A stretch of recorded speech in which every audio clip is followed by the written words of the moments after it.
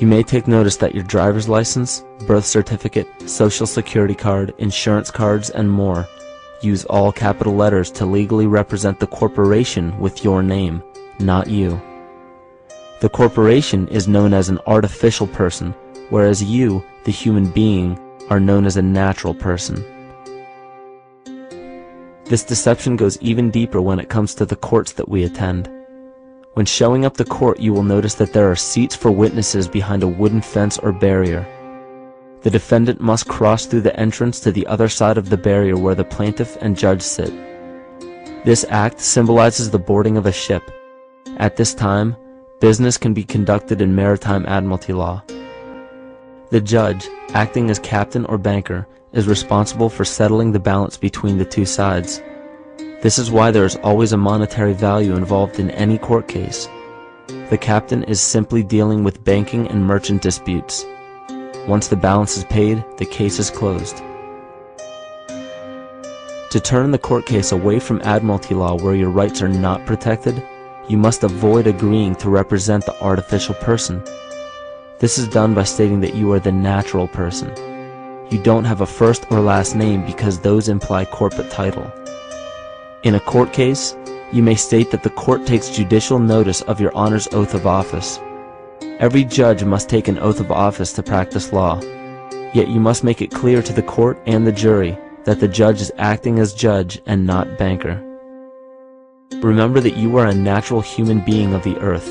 You are not governed by anything but your own consciousness. Laws are created within a society. The society that created the laws we see being enforced today is called the Law Society. Yet the most beautiful part of this entire deception is the fact that we are not part of the Law Society, so their laws do not apply to us. Judges, lawyers, and law enforcement officers, they're all part of a society. Within that society, they've created their own language that's deceptively similar to English. They have these little things called statutes, acts, and regulations that seem like laws, but they really only apply to those within their society. So that basically means all the traffic violations, minimum age requirements, and everything except for damage to another person or their property doesn't really apply to the natural person. Laws only apply to those within the Law Society. The game being played is an illusion.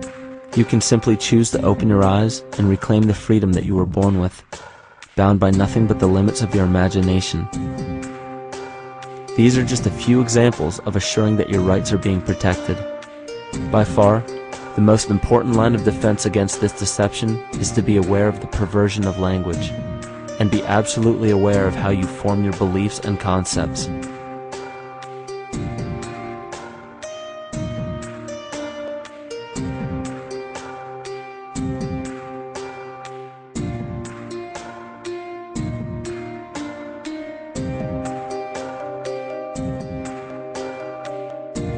In all forms of the perversion of language, there is a mirror reflection of this in the microcosm of the psyche.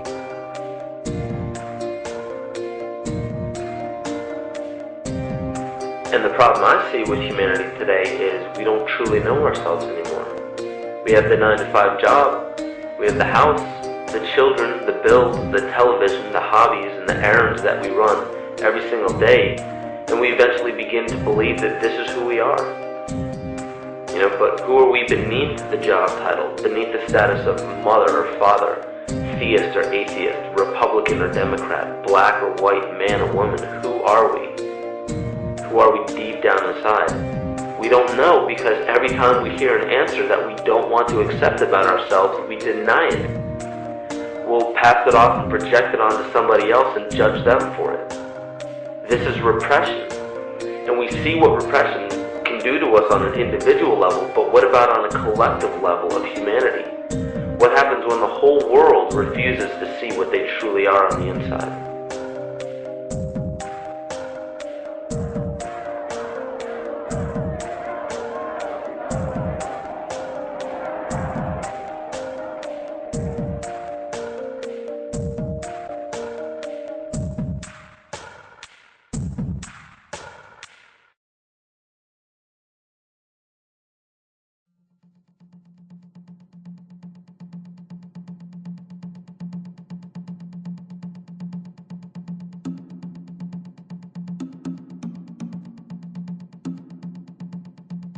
Carl Jung discovered that there is a collective unconscious connected to all humans, meaning that the whole of humanity shares a single mind with one another. This is evident in the world through accounts of shared mythology and symbols, the study of morphic fields, and with the science of kinesiology. This collectivity is a global example of the unconscious mind of the human body, in which trillions of cells share a similar signal. This parasite, called our false ego, requires a continuous flow of sustenance to survive. Food, fuel, and any other form of sustenance is energy. Human consciousness is an electromagnetic field of energy. When this potential energy is utilized, it then releases kinetic energy, which is used to perpetuate the false ego. This scenario occurs in the smallest parasitic organisms, all the way to a collective organism called humanity.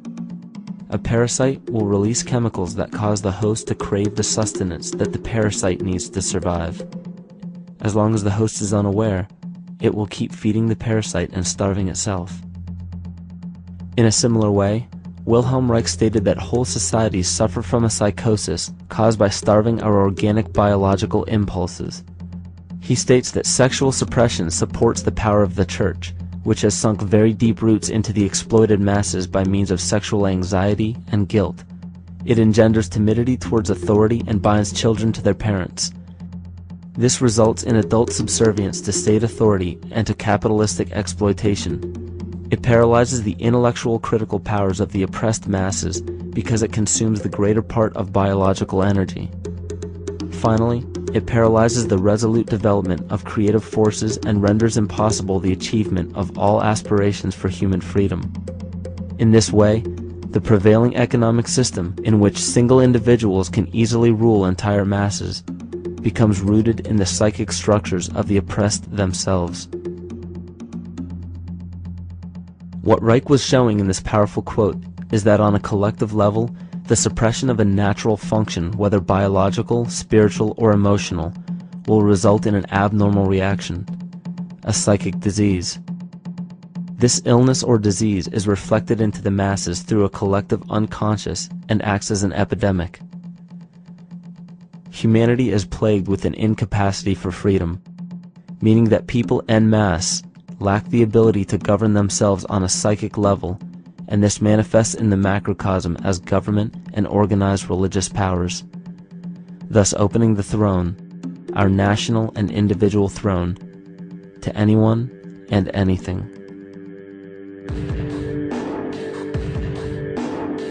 Enter the infamous rulers of the earth, the patriarchs of civilization, political, social, economic, and spiritual dictatorship, psychic tyranny.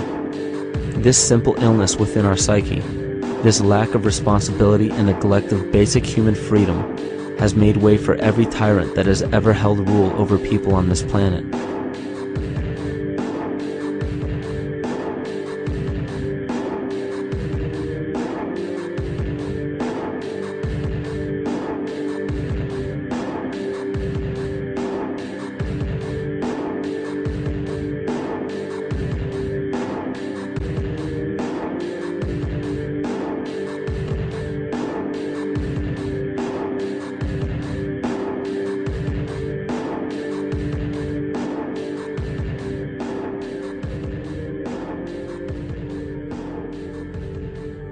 But these oppressive tyrants that are demonized by the masses are no different than us. In fact, they are one with us. In the book The Prophet by Khalil Gibran, he poetically states, "I say, as the holy and the righteous cannot rise beyond the highest which is in each of you, so the wicked and the weak cannot fall lower than the lowest which is in you also."